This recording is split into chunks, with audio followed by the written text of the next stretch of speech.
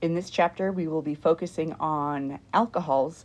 We're going to postpone a look at phenols until later this semester.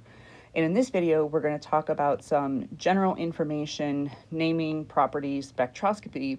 So this is all review from last semester. And then later, we'll take a look at preparation of alcohols as well as reactions of alcohols. Here we have some examples of alcohols. Our simplest alcohol has only one carbon. This is methanol or methyl alcohol. So keep in mind, in general, alcohols can be named as an alkyl alcohol. So it's as if you're naming your alkyl group as the substituent on the alcohol, or else using a more systematic approach, you would name it as an alkanol. So focus on the number of carbons, use the base name for that alkane, but then get rid of the E, add the OL. You might see the names for alkyl alcohols, especially when it comes to smaller alcohols. But once we get into more complex structures, then naming it as an alkanol will be most helpful. So methanol, this is used as a fuel for Indy cars. It is also known as wood alcohol. This is not what you want to drink because it can lead to blindness and death in as little as 30 milliliters. Right, now you've been spending enough time in lab to have a feel for what volume is that. 30 mils is not very much. The next compound is ethyl alcohol or ethanol. This is grain alcohol from barley for beer or from grapes for wine. Whenever we use ethanol in lab, it is denatured. If we have pure enough alcohol that it could be consumed, then we would have to pay special taxes. And so for research purposes, ethanol is typically denatured, which really means it's contaminated with things that people would not want to drink. The next compound is something you may know as rubbing alcohol. This is isopropyl alcohol or 2-propanol. Although it's commonly used, isopropanol is not a good name because that improperly uses the common blended with the IUPAC name. So you can use the common name of isopropyl alcohol. If you're going to name it as an alkanol, make sure that you are going completely with the IUPAC name, so 2-propanol. Just a couple other examples. So here we have 1, 2, 3, 4, 5. This would be 1-pentanol. Because we're naming it as an alcohol, we want to make sure that the alcohol carbon has the lowest number possible. Alcohols have priority over alkyl branches, over halogens, etc. So this one would again be numbered from the right, 1, 2, 3, 4, 5. So this would be 4-bromo 2-pentanol. Or you could also name it 4-bromopentane-2-all is another possibility. There's a whole hierarchy of who has priority over what other functional group. We're not going to get into that much detail, but just be aware of it. Let's think about the structure of alcohols. When we're looking at methanol, we know that both the carbon and the oxygen would be sp3 hybridized. And so that means we have a tetrahedral arrangement around each atom. And this is very important because it accounts for the shape around an oxygen.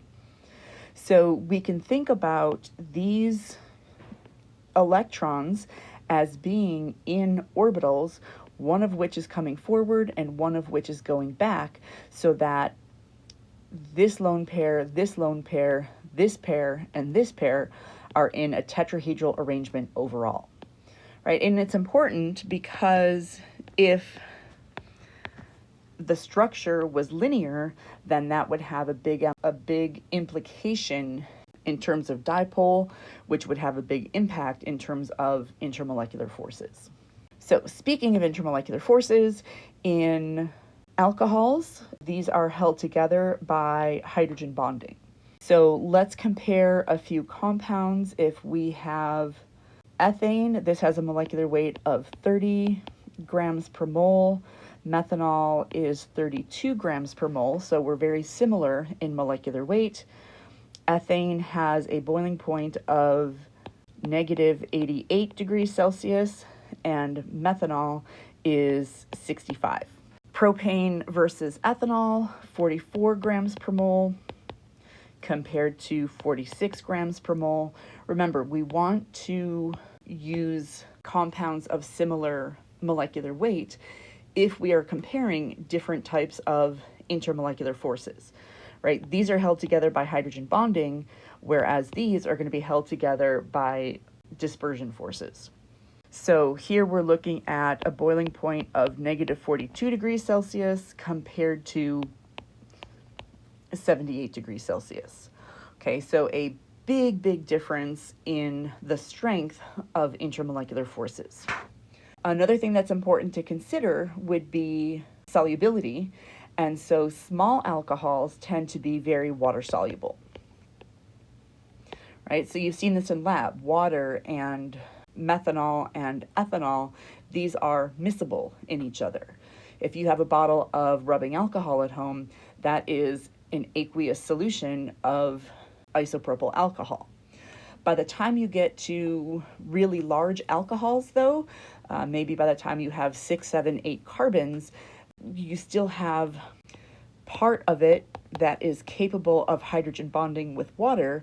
But once your R group becomes really big, then because it's not able to hydrogen bond with water, then the alcohols become relatively insoluble in water. Now, when it comes to spectroscopy, alcohols have some very obvious features. So for IR spectroscopy, here we're focusing on functional groups. So remember the OH stretch, this is going to be around 3,300 inverse centimeters. Keep in mind there is a big difference between an alcohol OH and a carboxylic acid OH in terms of what it looks like by IR. And there are other functional groups that absorb around 3,300 inverse centimeters. Alcohols, amines, alkyne CHs, but they are significantly different in appearance and shape and strength. So it is, with practice, it's easy to tell them apart. With an alcohol, you're also going to have a carbon-oxygen bond. So you'll see a carbon-oxygen stretch. These can be anywhere from around 1,200 to about 1,000. They tend to be pretty strong, so often they can be identified. For proton NMR, the OH, these can show up anywhere from about 0.5 to 5. So often it can be hard to identify these.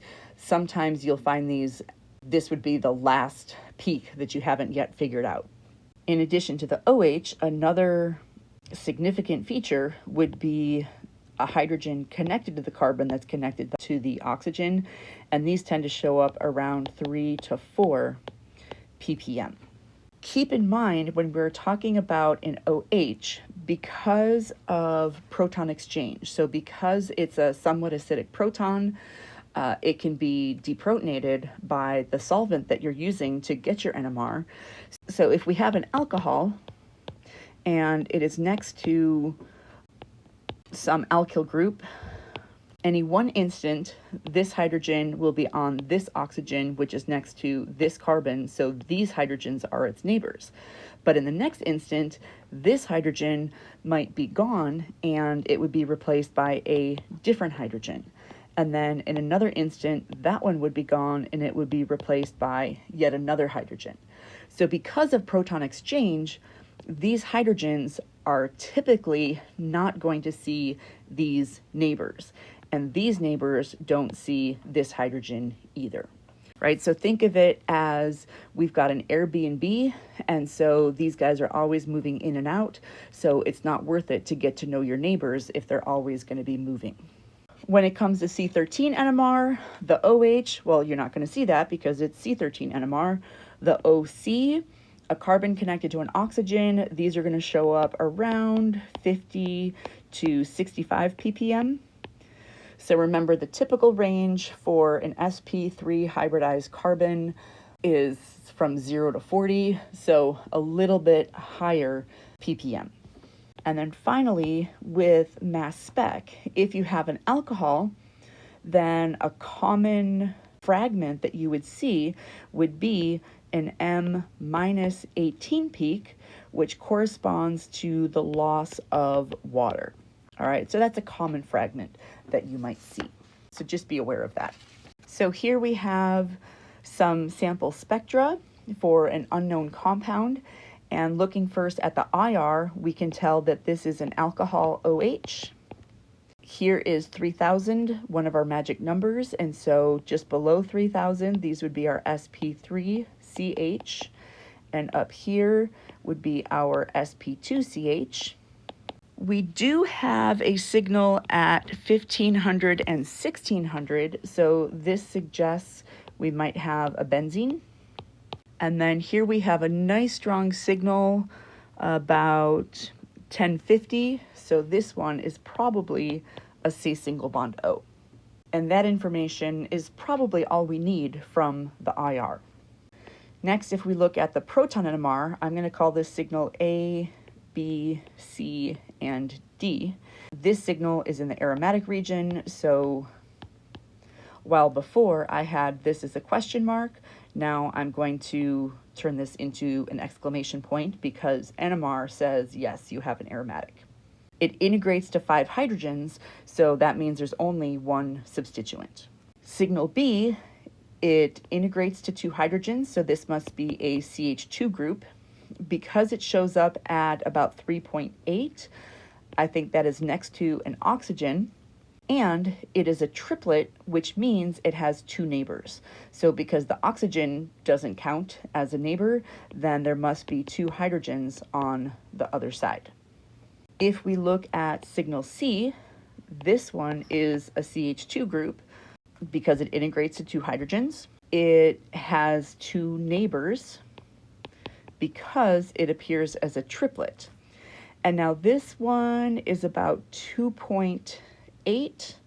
So it's not right next to the oxygen because that would be higher ppm, but this one could be next to the benzene, right? Those tend to show up around 2 to 3.